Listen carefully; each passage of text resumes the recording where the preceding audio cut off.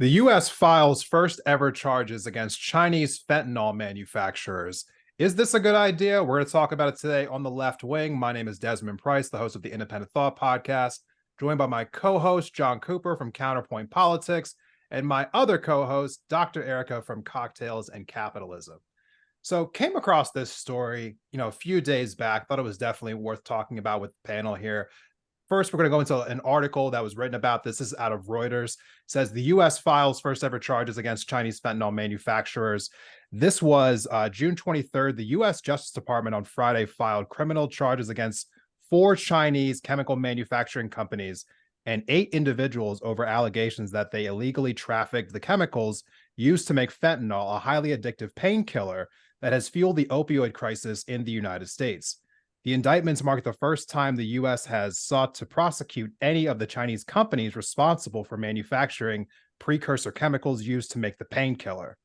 Now, China's foreign ministry on Saturday urged the U.S. to stop using what it said were fentanyl-related pretexts to sanction and prosecute Chinese companies and citizens, and demanded the immediate release of those who were illegally arrested, in quotes. China urges the U.S. side to stop dumping blame and to stop smear attacks on China, the ministry said in a statement. Earlier, the Chinese embassy spokesperson said long-arm jurisdiction would create more obstacles for China-U.S. counter-narcotics cooperation.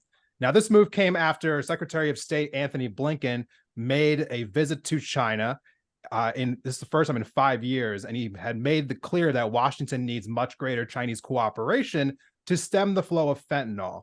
During his visit, the two sides agreed to stabilize their intense rivalry so that it did not veer into conflict, but failed to produce any breakthrough, and the mood quickly soured again after U.S. President Joe Biden on Tuesday referred to Chinese leader Xi Jinping as a dictator.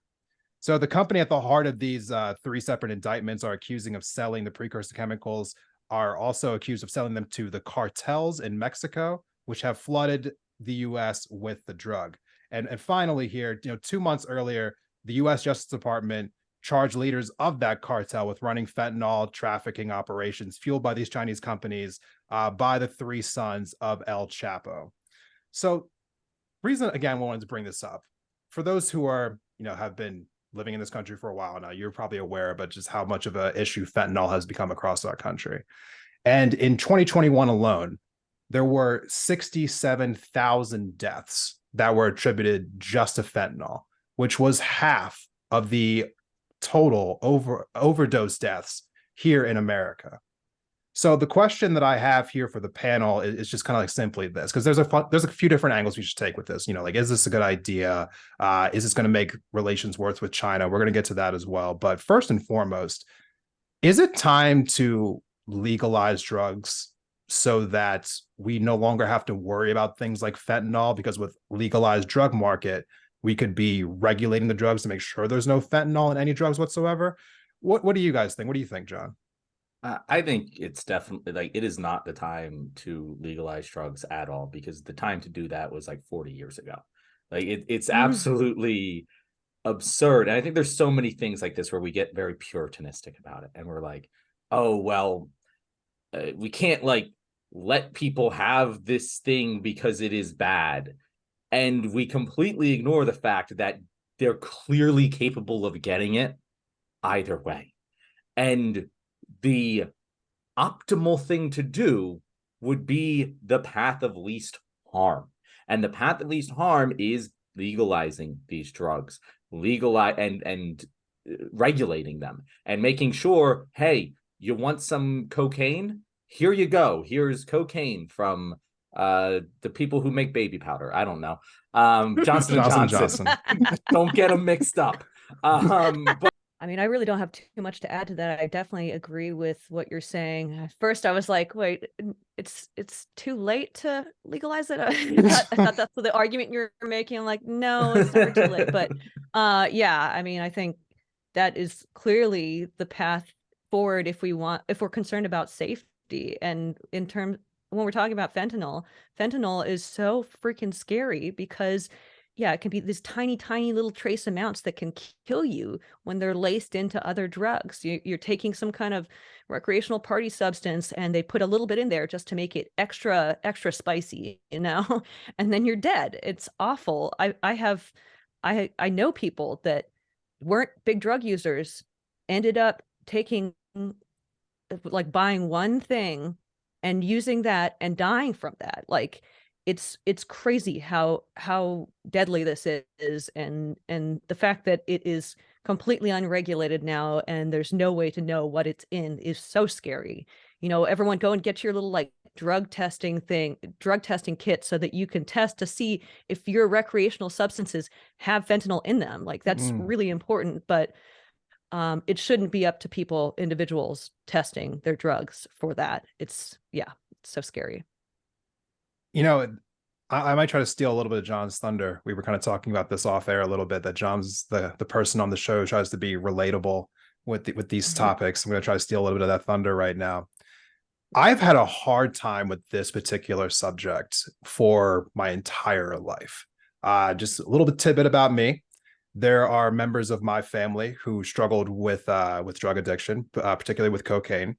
And so as I've been growing up, I've always had this hard line stance in my mind that I didn't want it to be legalized, because I saw how it destroyed the lives of people that were very close to me.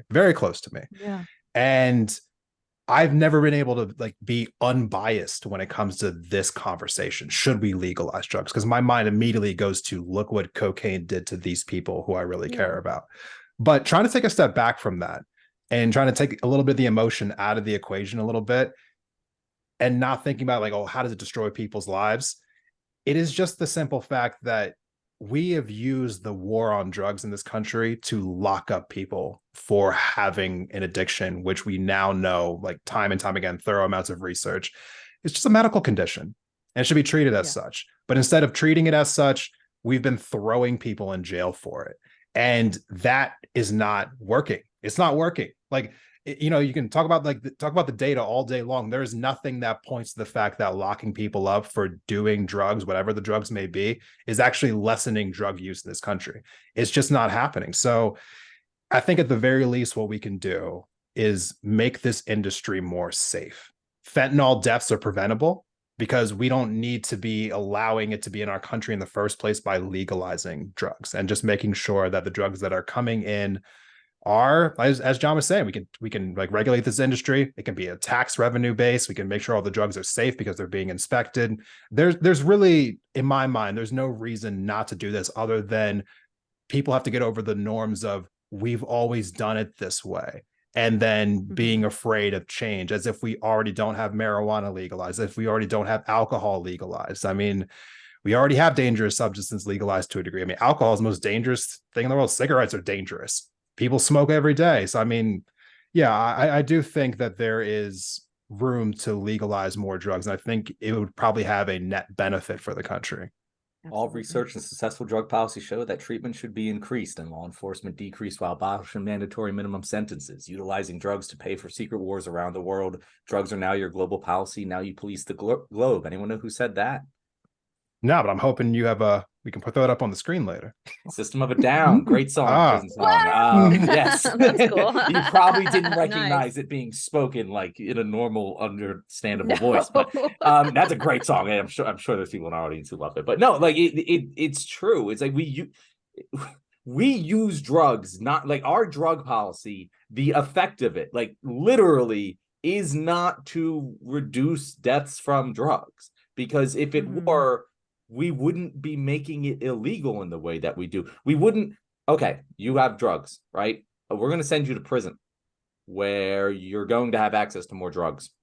And also you're going to be mentally tortured. And after you get out, you're probably not going to be able to get jobs, and you're going to be much more likely to end up homeless. And you're going to do drugs just to dole out the fucking pain of your existence. Like, or to pay for your existence. yeah.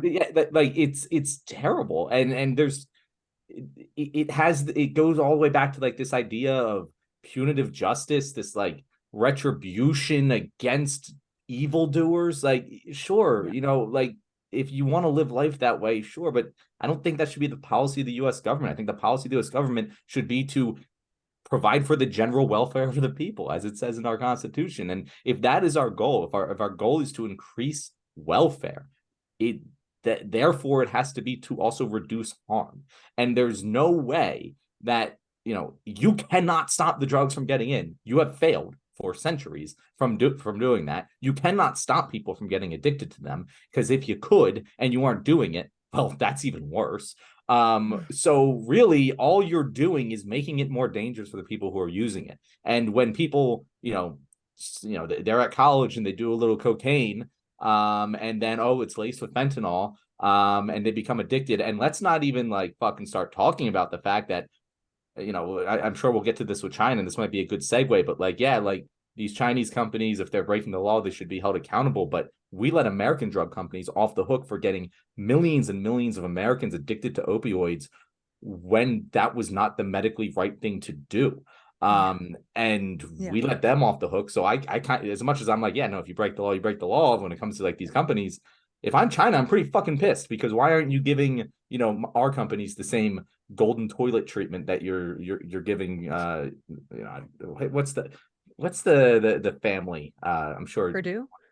Yeah, Purdue, and there's the name of the family. I forget. Sackler? The Sackler. Yeah, Sackler, whatever. Sackler. And like, they're just criminals. It's a criminal organization, and they just make billions of dollars off of killing people, and nothing happens to them. Meanwhile, we're throwing the people who are their victims behind bars. And that doesn't make any fucking sense. like even if you think that drugs should be illegal, the way that our entire drug policy encompasses what we do in this country shouldn't make sense to anyone.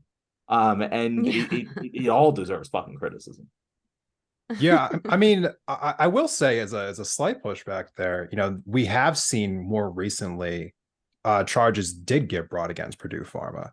That they did kind of, in my mind, it's a drop in the hat in comparison to how much profit they made over the years.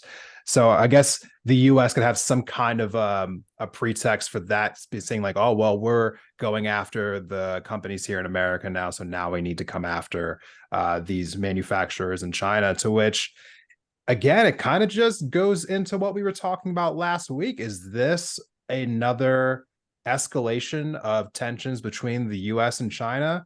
Is that a good thing? Is it ethical? Because you were saying before, like, oh, well, they're not going after the companies in the US, so we shouldn't go after the companies in China.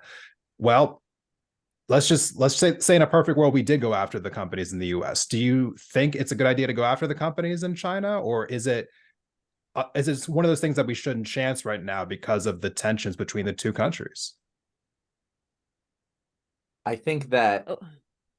Go ahead, Eric. I want to hear what you have to say before I say it. I don't have much of substance to say here. I mean, it's really sticky is basically all I want to say. That ideally we would be able to have a say in what they're putting out into the international market. But the tensions are really, really high right now. And I don't think, that could be a real blunder to mess with them, to take them on in that capacity right now.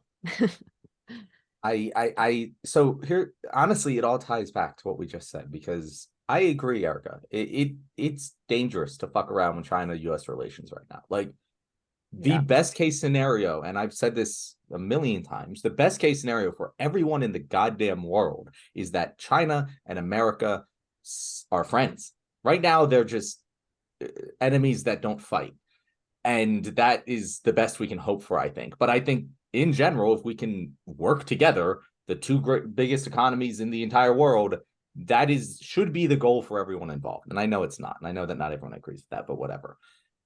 However, what we're really saying here is that, okay, we're going to be going after these companies, and it's going to cause conflict with China if we do so.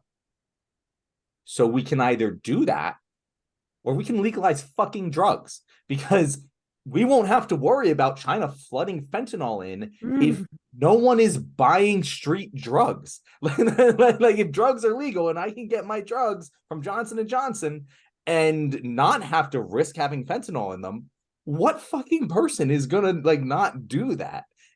So that just stops the problem. And so now what we're lumping on top of this argument for keeping drugs illegal is, oh, we're also, escalating towards World War III just a little bit. We're also doing that. And it just doesn't make any sense. No. Yeah, it's interesting to hear in the article that I was referencing before, the Deputy Attorney General, said that they are breaking new ground by attacking the fentanyl supply chain at its origin, saying that fentanyl poses a singular threat, not only because the smallest doses can be lethal, but because fentanyl does not occur in nature. It's entirely man-made. Like, I wish that the US, was on its face value really kind of caring about the supply chains, about dangerous products entering the country and trying to protect its citizens. And I think because we see these things applied in such kind of it feels like a political sense. It feels like, well, we're willing to apply this pressure in certain places, we're not willing to apply this pressure in other places. It does feel politically motivated to go after China for fentanyl. But at the same time, there is no denying the fact that fentanyl is dangerous. So you would hope that they would do something. But yeah, again, John, to your point, I think the thing that you do in order to address this is just to make sure that the drugs in this country are safe by legalizing them.